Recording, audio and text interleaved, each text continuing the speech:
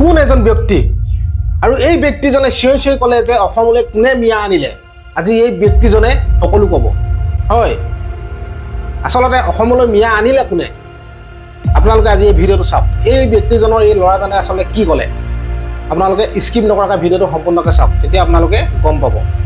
কেনেধৰণে এই ল'ৰাজনে ব্যক্তিজনে আসলে তুনাৰ হলা দিলে চৰকাৰখনক আসলে ল'ৰাজনে যিখিনি কথা কৈছে ব্যক্তিজনে যিখিনি কথা কৈছে একদম ৰাইট কৈছে আপোনালোকে চাওক শুনক ভিডিঅ'টো নতুনকৈ যদি কোনোবা আহিছে চেনেলটো এটা লাইক কৰি দিব চেনেলটো এটা ছাবস্ক্ৰাইব যদি ভাল পায় আপোনালোকে কৰি দিব চাওক 1920 চনৰ পৰা 1930 চনত সেই সময়ছোৱাত আপোনালোকে আমাৰ কটন কলেজৰ প্ৰতিষ্ঠাপক জানে নহয় আমাৰ কটন সাহেব যেতিয়া আপোনাৰ চিফ কমিশনাৰ আছিলে তেওঁৰ নেতৃত্বত অসমত এই 1920 পৰা 1930 চন এই 10 বছৰত 6,53,018 জন মুছলমান মানুহক মাটি পট্টা দিছিলে কোনটো চন 1920 পৰা 1930 এই 10 বছৰত মুছলমানক দিয়া হৈছিলে মাটি পট্টা 6,53,018 জনক তাৰ বিপৰীতে হিন্দুক দিয়া দিছিলে কেৱল 84,279 জন মানে আপোনালোক সকলোৱে লক্ষ্য কৰে আমিও লক্ষ্য কৰো যে মুছলমান আগ্ৰাসনৰ ক্ষেত্ৰত মুছলমানৰ জনসংখ্যা বিস্ফোৰণৰ ক্ষেত্ৰত আসলতে আমি কেৱল কংগ্ৰেছক দেখি থাকো আসলে কংগ্ৰেছে আনিলে কোনে আনিলে সেই কথাটো আমি জনাত দৰকাৰ মানে ইতিহাসে কি কয় বুৰঞ্জীয়ে কি কয় ডেটাই কি কয় এতিয়া আপোনালোকে নিশ্চয় জানে মুছলমান অসমলৈ কেতিয়া আহিছিলে মহম্মদ ঘুৰি আফগানিস্তানৰ পৰা আহিছিলে তেখেতৰ নেতৃত্বত তেওঁলোকে যেতিয়া অসম আক্ৰমণ কৰিবলৈ আহিছিলে মহম্মদ ঘুৰিৰ লগত আপোনাৰ মুছলমান সৈনিক হিচাপে তেওঁলোকে আছিলে এই গৰিয়া মুছলমানবিলাক হেতু আহিছিলে কিটা 1204 খ্ৰীষ্টাব্দ 1204 চনত আহোমৰ অহাৰ পূৰ্বে দেই হেতু প্ৰথম দাতা মহম্মদ ঘুৰিৰ সৈন্যবাহিনী হিচাপে আহিছিলে সেই সময়ত কিছু সংখ্যক মানুহ ইয়াত থাকি গল যুদ্ধবন্দী হৈ গৈছে নহয় বহুত মানুহ আৰু তেনেকৈ থাকি গল মিৰ্জুমলা অসম আক্ৰমণৰ সময়তো আপোনালোকে জানে সেই কথা সেই সময়তো ইয়াতটো আহোম ৰজাইটো আপোনাৰ বন্দী কৰি ৰাখিলে আমাৰ যিসকল মুছলমান সৈনিক আহিছিলে মিৰ্জুমলাৰ লগত গতিকে আমি সেই মুছলমান সাম্ৰাজ্যবাদী সকলে যেতিয়া অসম আক্ৰমণ কৰিছিলে আমি যে খেদি পঠিয়াইছিলো কিছু ইয়াত বন্দী কৰি ৰাখিছিল সেইবিলাক থাকি গল হেতু ইতিহাস কৈ আছো আপোনাক তাৰ পাছত আপোনালোকে জানে ইয়ান্দাবু সন্ধি 1826 চনত যেতিয়া সংঘটিত হ'ল সেই সময়ছোৱাত ইয়ান্দাবু সন্ধি কাৰ লগত হৈছিলে মান আৰু আপোনাৰ ব্ৰিটিছৰ লগত আমাৰ লগত হোৱা নাছিলে সেই সময়ত আমাৰ 27 লাখ মান জনসংখ্যা আছিল অসমত 1826 চন মানত সেই সময়ত আপোনাৰ মানেটো অসমত কচুকটা দিছিলে কাটি মানুহক মানে আপোনাৰ মাৰি কাটি শেষে কৰি দিছিলে 8-9 লাখ জনসংখ্যা কাটি দিছিলে মানে অসমটো একদম খালি হৈ গৈছিল মোটামুটি সেই সময়ত আপোনাৰ ব্ৰিটিছে অসমত আহি মানৰ লগত চুক্তি কৰিলে মানৰ চুক্তি অনুসৰি কি হৈছে ইয়াতে আপোনাৰ তেওঁলোকে ব্ৰিটিছৰ অধীনলৈ গৈছে মান গুচি গ'ল অসমৰ পৰা ব্ৰিটিছে ইয়াত কি হৈছে সম্পদ লুণ্ঠনৰ কাৰণে আহিছিলে জানে আপোনালোকে তেওঁলোকৰ ইষ্ট ইণ্ডিয়া কোম্পানী ইয়াত তেওঁলোকৰ চিফ কমিশনাৰ বিলাক আছিলে গভৰ্ণৰ জেনেৰেল বিলাক আছিলে কমপ্লিটলি আপোনাৰ আহোম ৰাজত্বৰ পৰা আপোনাৰ ইষ্ট ইণ্ডিয়া কোম্পানীৰ হাতলৈ ব্ৰিটিছ চৰকাৰৰ হাতলৈ আমাৰ শাসনভাৰ গুচি গৈছিলে সেই সময়ছোৱাত আপোনালোকক মুছলমানে কেনেকৈ আমাৰ ইয়াত সোমাবলৈ পালে সেই কথাটো যদি চাই আপোনালোকে ডেটা যদি চাবলৈ যায় তথ্যই কয় যে ব্ৰিটিছৰ হাতলৈ যেতিয়া আমাৰ প্ৰশাসন যন্ত্ৰটো গুচি গ'ল তেওঁলোকে যেতিয়া ইষ্ট ইণ্ডিয়া কোম্পানীৰ জৰিয়তে আমাৰ সম্পদ লুণ্ঠনৰ কাম কাজত আগবাঢ়িলে আপোনালোকে জানে সেই সময়ত ঝাৰখণ্ডৰ পৰা আৰু বিভিন্ন আমাৰ ভাৰতৰ ৰাজ্যৰ পৰা তেওঁলোকে প্ৰথম অৱস্থাত চাহ খেতিৰ কাৰণে আমাৰ চাহ জনগোষ্ঠীৰ লোকসকলক আনিলে সংখ্যাটো 5 লাখ জনসংখ্যা আৰু তেতিয়া সেই একেটা সময়তে আপোনালোকে জানে 1920 আৰু 1930 চনত মুছলমান মানুহৰ সাংঘাতিক প্ৰব্ৰজন হৈছিলে আপোনাৰ এই পূৰ্ববংগৰ পৰা ঢাকাৰ পৰা ময়মনসিংহৰ পৰা সেই মানুহবিলাক ইয়ালৈ আহি সংস্থাপন কৰিছিলে ব্ৰিটিছ চৰকাৰে কিমান কৰিছিলে হেতু জানি লওক হেতুতে ইন্টাৰেষ্টিং হ'ব কংগ্ৰেছে এলনে কোনে আনিলে কিন্তু সেই সময়ত গোপীনাথ বৰদলৈ আছিল সাংঘাতিক প্ৰতিবাদ হৈছিলে অসমটো নাথাকো বুলিয়ে কৈ দিছিলে ভাৰতৰ লগত কাহিনী তেনেকুৱা সেই সময়ত আপোনালোকক ডেটা দিছো এই 1920 চনৰ পৰা 1930 চনত সেই সময়ছোৱাত আপোনালোকে আমাৰ কটন কলেজৰ প্ৰতিষ্ঠাপক জানে নহয় আমাৰ কটন সাহেব যেতিয়া আপোনাৰ চিফ কমিশনাৰ আছিলে তেওঁৰ নেতৃত্বত অসমত এই 1920 পৰা 1930 চন এই 10 বছৰত 6,53,018 জন মুছলমান মানুহক মাটি পট্টা দিছিলে কোনটো চন 1920 পৰা 1930 এই 10 বছৰত মুছলমানক দিয়া হৈছিলে মাটি পট্টা 6,53,018 জনক তাৰ বিপৰীতে হিন্দুক দিছিলে কেৱল 84,279 জন ডিফাৰেন্সটো চাওক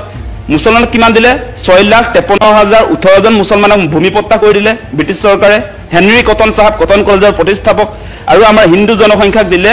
84,279 কথাটো বুজি পালে নে এতিয়া এই বৃহৎ সংখ্যাটো কিমান হ'ব আপোনাৰ এই যে 6 লাখ মানে প্ৰায় 7 লাখক যে তেওঁলোকে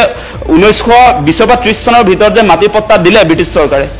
সেই এজন এটা এঘৰত আপোনাৰ ইয়াত যে 6 লাখ যে দেখুৱাইছে 6 লাখৰ 7 লাখে প্ৰায় যে 6,53,000 মানে 7 লাখে ইয়াৰ জনসংখ্যাটো যদি চাই তেতিয়াও আপোনাৰ প্ৰায় 10 লাখ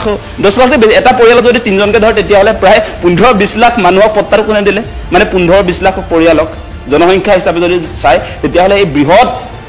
জনসংখ্যাৰ মানুহক মুছলমান সম্প্ৰদায়ৰ মানুহক ব্ৰিটিছ চৰকাৰে ইয়াত সংস্থাপন কৰিলে সেই মানুহবিলাক কিয় আনিছিলে আপোনালোকে জানে মৰাপাটৰ খেতিৰ কাৰণে আনিছিলে তাৰ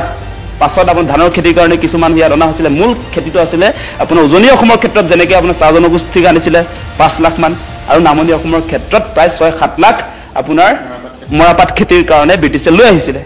আৰু অসমীয়া মানুহে খেতি কৰিব নোৱাৰে বুলি তেওঁলোকে ভাবিছিলে মৰাপাটৰ খেতিটো অসমীয়া মানুহে তেতিয়ালৈকে কৰা নাছিলে নাজানে গতিকে সেই মানুহবিলাক আনিছিলে ব্ৰিটিছে সংস্থাপন কৰিছিলে গতিকে এই কথা বতৰাবিলাক আমি জানিব লাগিব আৰু আমাৰ যিটো ডেটা সেই ডেটা অনুসৰি এই ডেটাৰ লগত কিন্তু এটা কথা আমি যদি মিলাই চাই আজিৰ দিনটোৰ যদি মিলাই চাই তেতিয়াহ'লে চাব এই এনআৰচি যে আপডেট কৰিলে সেই এনআৰচিত সেই কাৰণে মুছলমানৰ আপোনাৰ বহিৰাগতৰ সংখ্যা অবৈধ বিদেশী সংখ্যাটো কম মানে 1.5 লাখ বা 2 লাখ হ'ব আপোনাৰ হিন্দু বাংলাদেশৰ সংখ্যা 18 লাখ সেই প্ৰেক্টিকেল কথাটো বুজি লওক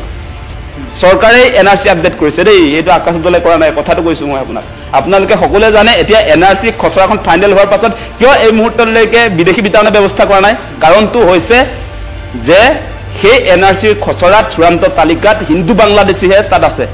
প্ৰায় 17 লাখ মান আছে কাহিনী বুজি পাইছে নাই কিন্তু অবৈধ মুছলমান সংস্থাপনৰ ক্ষেত্ৰত ব্ৰিটিছ চৰকাৰে আনিছিলে সেই কথা দেতাই কয় তাৰ প্ৰমাণ পত্তা কোনে দিছিলে হেনৰি কটন 1920 পৰা 1930 লৈকে কিমানক দিছিলে 6,53,000 লোকক দিছিলে তাৰ বিপৰীতে অসমৰ থলুৱা মানুহক কিমান দিছিলে 84,000 গতিকে সেই কথাবিলাক নাজানিলে এনেই বিতৰ্ক কৰি লাভ নাই গতিকে আপুনি সেই কাৰণে এতিয়া মিয়াক খেদিম বুলি ক'লে মিয়াক যে বাহিৰ কৰি দিব নোৱাৰি সেই সময়তে পত্তা পাই তেওঁলোকৰ কাগজ পত্ৰ ক্লিয়াৰে হৈ আছে তাৰ পাছত কিছু সংখ্যক আহিছে কাৰ কাৰণে আহিছে যে আমাৰ সুপাধিলা নীতিৰ কাৰণে আমি যে সীমা সমস্যাবিলাক সমাধান কৰিব পৰা নাই তাত তাৰ ব্যৱস্থা কৰিব পৰা নাই আজি বিজেপি চৰকাৰেতো তাত সীমাত গৈ প্ৰথম যেতিয়া সৰ্বানন্দ সোণোৱাল মুখ্যমন্ত্ৰী হ'ল 1 ইঞ্চিও বাংলাদেশীক মাটি এৰি নিদিম বুলি কৈছিলে সীমা পুনৰ নামত হাজাৰ বিঘা দি দিলে বাংলাদেশক দূৰবীন চাই সীমা সমস্যা সমাধান কৰিম বুলি তাততো এটা হেৰিও চলিছিলে এটা ফিল্মি ষ্টাইলত মানে তেনেকুৱা ধৰণৰ নাটকো চলিছিলে কিন্তু সমাধান নহ'ল আজিও উন্মুক্ত হৈ আছে আজি ভাৰত বাংলা সীমাত মুঠৰ ওপৰত এই সংগ্ৰামখনে আচলতে কাৰোৰ লাভ নহ'লেও পলিটিকেলি হিমন্ত বিশ্ব শৰ্মাক হিৰো কৰোৱা এটা সংগ্ৰাম হৈছেগে এতিয়া কিন্তু সেইটো আমি সাৱধান হ'ব লাগিব আমি জনা শুনা মানুহবিলাকে যিসকল শিক্ষিত আজি যুৱক যুৱতী আমি নেতৃত্ব দি আছো যিসকলে জাতীয় জনগোষ্ঠীয় সংগঠনক প্ৰতিনিধিত্ব কৰি আছে আমি আসল ইতিহাসটো জানিব লাগিব আৰু এই ক্ষেত্ৰত আসলতে মেইন প্ৰেক্টিকেলি আসলতে আমি কি কৰিব পাৰো সেই পৰ্যায়লৈকে যাব লাগিব আজি বড়ো মানুহবিলাক আজি কুচ ৰাজবংশী আমাৰ ট্ৰাইবেল মানুহবিলাক সেই মানুহবিলাকৰ ওচৰলৈ যদি মিয়াবিলাক আপুনি পঠিয়ায় তেতিয়াহ'লে সেই মানুহবিলাকে ল'ব নেকি সেই কথাটোতো নাই গতিকে সেই কাৰণে আমিও লক্ষ্য কৰিছো যে তাতো কুচ ৰাজবংশী ছাত্ৰ সন্থা বা আমি দেখিছো বিভিন্ন কুচ জনগোষ্ঠীৰ লিডাৰক দেখিছো তেওঁলোকে কৈছে আমি কি ডাষ্টবিন নেকি যে আপোনালোকে তাৰ পৰা খেদিব আমি কি ইয়াত গ্ৰহণ কৰিম সেই কথাটো নাই গতিকে ইয়াৰ কাৰণে এটা আপুনি যেটো সলিউশনৰ কথা কৈছে এতিয়া মূল কথাটো আহিছে যে মুছলমানৰ সাংঘাতিক ধৰণে জনসংখ্যা বিস্ফোৰণ হৈছে গতিকে সেই জনসংখ্যা বিস্ফোৰণ হোৱাৰ কাৰণে আমাৰ যিবিলাক আসলতে ইয়াৰ খিলঞ্জীয়া মানুহ ইয়াৰ ভূমিপুত্ৰৰ প্ৰতি ভাবুকি আহিছে সেই কথাটো আহিছে গতিকে সেই কামটো কোনে কৰিব এতিয়া জনসংখ্যা নিয়ন্ত্ৰণৰ কাৰণে হিমন্ত বিশ্ব শৰ্মাই কোনখন আইন আনিলে এতিয়ালৈকে তেনেকুৱা ব্যৱস্থাপনা আছেনে বা চৰ চাপৰিত থকা লোকসকলৰ শিক্ষা স্বাস্থ্য সেই ক্ষেত্ৰত কি কাম কৰিলে সেই কথাটো লাগিব এতিয়া আমি লক্ষ্য কৰিছো যেটো প্ৰেক্টিকেল সেই কথাটো কৈছো ডাটাবেস কথাটো কৈ আছো আজিৰ দিনটোটো যদি আপুনি সেন্সাস কৰি উলিয়াই তেতিয়াহলে যিবিলাক উচ্চ শিক্ষিত মুছলমান তেওঁলোকৰ ঘৰতো পৰিয়ালৰ মুঠ মানে সদস্যৰ সংখ্যা 2জন বা 4জন সিমানে হয় আমি দেখিছো আপোনালোকে নি সাৰ্ভে কৰিলে পাব যিবিলাক আসলে উচ্চ শিক্ষিত যে তেওঁলোকৰ পৰিয়ালত এটা সন্তান বা দুটা সন্তানেই আছে তেনেকুৱা আমি দেখিছো আৰু যিবিলাক চৰ চাপৰিত থাকে যিবিলাকৰ পঢ়া শুনা নাই তেওঁলোকে জনসংখ্যা বিস্ফোৰণৰ কথা বুজি নাপায় সেই কাৰণে সাংঘাতিক ধৰণে মুছলমান অঞ্চলবিলাকত আসলে জনসংখ্যা বিস্ফোৰণ হৈছে আৰু আমাৰ যিবিলাক থলুৱা খিলঞ্জীয়াৰ প্ৰতি ভাবুকি আহিছে তেওঁলোকৰ পাৰ্চেন্টেজটো মানে জনসংখ্যাৰ পাৰ্চেন্টেজটো দিনক দিনে বাঢ়িছে